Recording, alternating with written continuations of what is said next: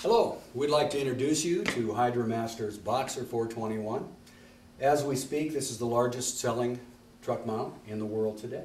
It has a 21 horsepower Briggs Vanguard engine with an external oil cooler.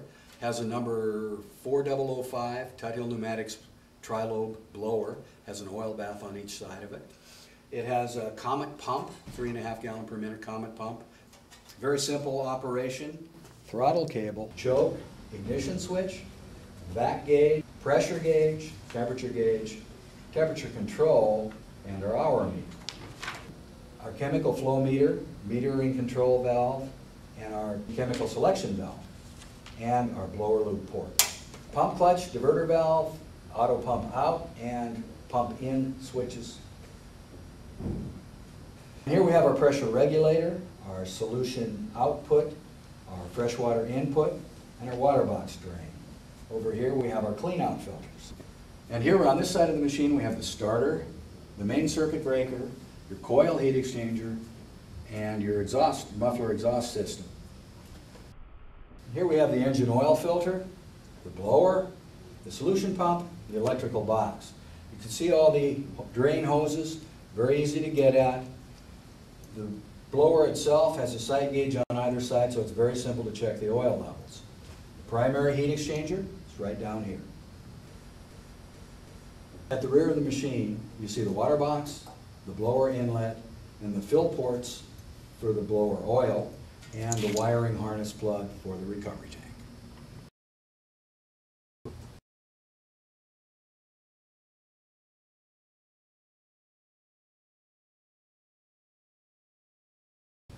Every day before you start your Boxxer 421, you should take a little bit of time. Check your oil levels, check for oil leaks of any kind, check your belts, wires, and hoses, check for hose abrasion. Look for any problematic areas that you might have. You want to check your blower for oil levels. There's a sight glass on either side. You want to make sure that that oil level is about half full. You also want to check for leaks around your blower. Check your chemical pump daily for any leaks. You want to check your high pressure pump daily also for any leaks, particularly around the base of the pump. Check your oil filter and your oil drain hose for leaks daily. Also check your oil cooler for any possible leaks. You want to check your hoses daily for abrasion and make sure there's no leakage in the plumbing of any kind. You want to check your belts daily. Make sure they're not cracked or glossy. You also want to check your coupler plugs down here to make sure that they're still soft and pliable, not cracked or glossy.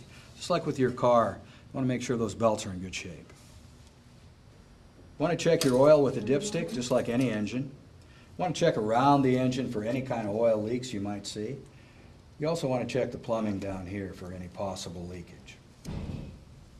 Check the high pressure pump oil daily. The sight glass should be half full. There's a little dipstick at the top. You can check the level also.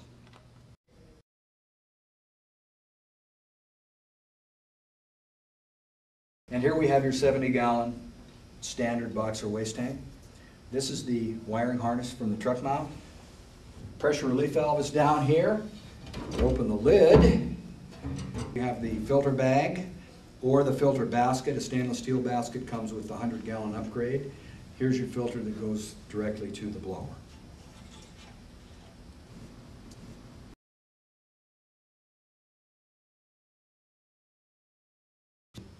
Prior to hooking up your fresh water input, you're going to want to clean the screen out. Check for debris of any kind. Then hook your water. For your information on the fresh water systems, using a garden hose, you have no need for the pump-in switch. If you have a fresh water tank set up, then you are going to want your pump-in switch turned on. That will pump water into your truck mount. If you have your garden hose hooked up, you simply don't need to use your pump-in switch. As with any gasoline engine, to give your first cold start in the morning, you're going to want to pull the choke out, start the engine up, work the choke back in as it's warming up, and give it a few minutes to warm up. Then you're going to want to pull the throttle out, turn it clockwise to lock it. Now if you want to heat it up quicker, all you have to do is load up the blower, cover the vac port, that'll load up the blower, and you'll be ready to go in just a few minutes. When you hook your solution line up, make sure you do that before you turn on the pump clutch, otherwise there'll be too much pressure. To get the proper pressure setting on your solution, you're going to need some appliance setup, whether it's a wand, an upholstery tool, or in this case our rotary DryMaster. You simply start the solution flow, use the pressure regulator to adjust the pressure, you monitor it on the pressure gauge, set it wherever you'd like it. Your chemical metering system, you're going to want to turn your prime valve to the prime position. You'll see air bubbles through here. You are no doubt using HydraDry, which is blue in color, so you'll see this line fill all the way up with blue. At that point, when the bubbles are gone, simply turn this up to the on position. You're going to want to trigger your appliance, which is either a wand or, in this case, a rotary DryMaster. Then use the metering valve to adjust the proper flow. But anywhere from 2 to 4 gallons per hour is a standard kind of a setting.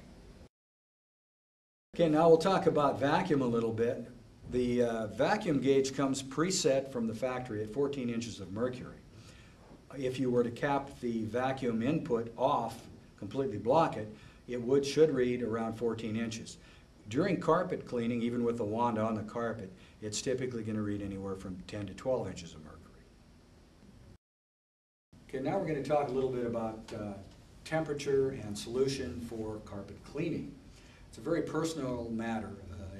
Some people like to clean at 220 or 30 degrees. Other people like to clean at about 180. That's going to be your choice. But we're going to talk a little bit about how to set this machine up for you to do just that.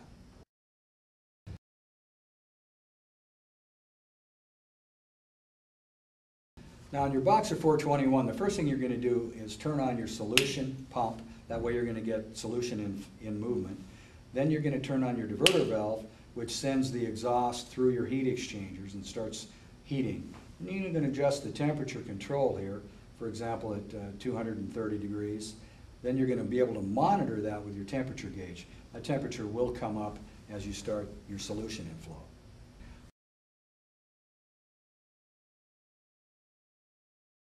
Now, if you're doing a water extraction, obviously you don't need your solution, you don't need heat.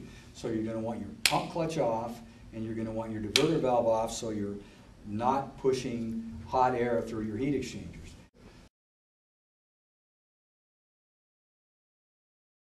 For low temperature cleaning, like wool or upholstery, you're going to want to keep your pump clutch on, obviously, to have your solution in movement. Then you're going to want to have your diverter valve in the off position. You're going to turn your heat down. If your heat's all the way off and your diverter valve is in the off position, you'll still clean it around 160 degrees at the truck. So you won't clean cold, but you'll clean much cooler for very fine fabrics or natural fabrics.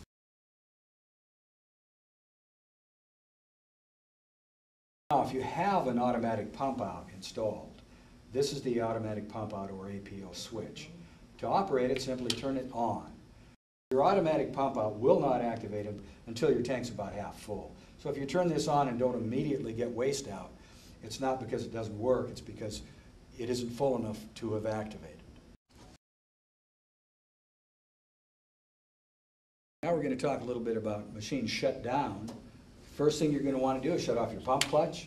You're going to want to shut off your diverter valve, turn the temperature down. Then you're going to want to take a petroleum-based lubricant like Pennzoil Z4. Check your manual for different options. Then you're going to want to spray into your vac lube port 3 to 5 seconds. You want to do that while you're under load, while the blower is under load.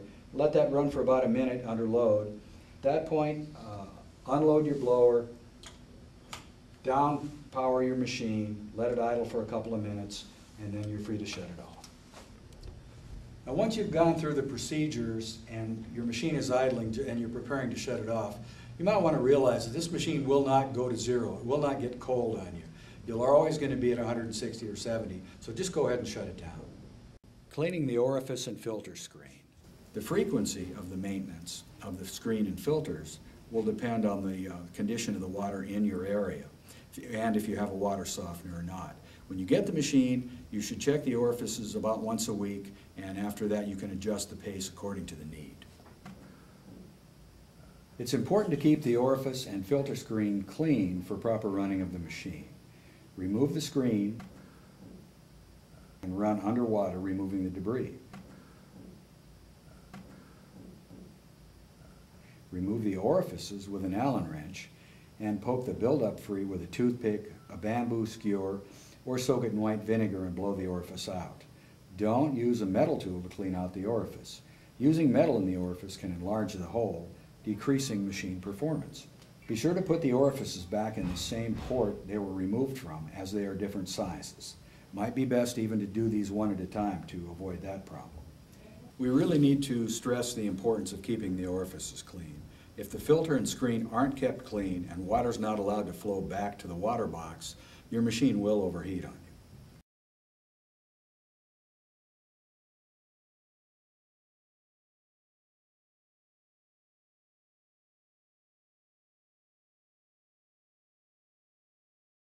With the unit running, replace the chemical jug with a mixture of 50-50 antifreeze and water.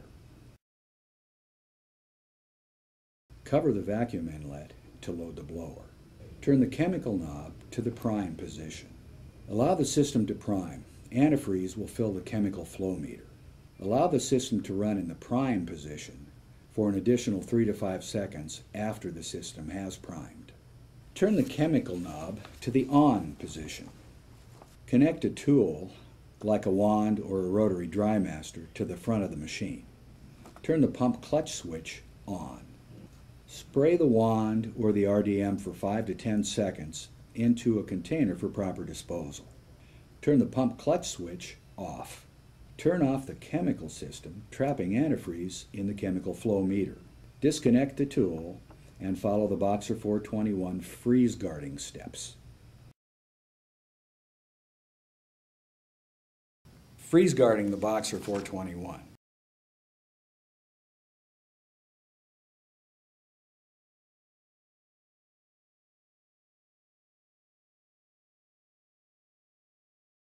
To freeze guard the Boxxer 421 while the machine is running, turn off the high pressure pump clutch switch.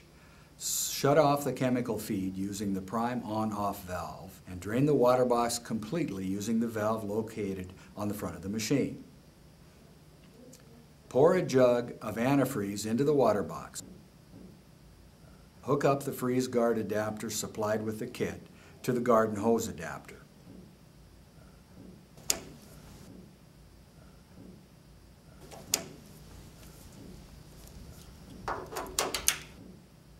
And turn on the pump clutch switch. This will circulate diluted antifreeze through the pump and heat exchangers. Run the machine with the pump clutch on for 3 to 5 minutes. Turn off the pump clutch switch. Disconnect the hose from the machine. Now the machine can be shut down using the normal shutdown procedure. When you go to use the machine next time, be sure to reclaim the antifreeze out of the unit prior to using it to clean carpet.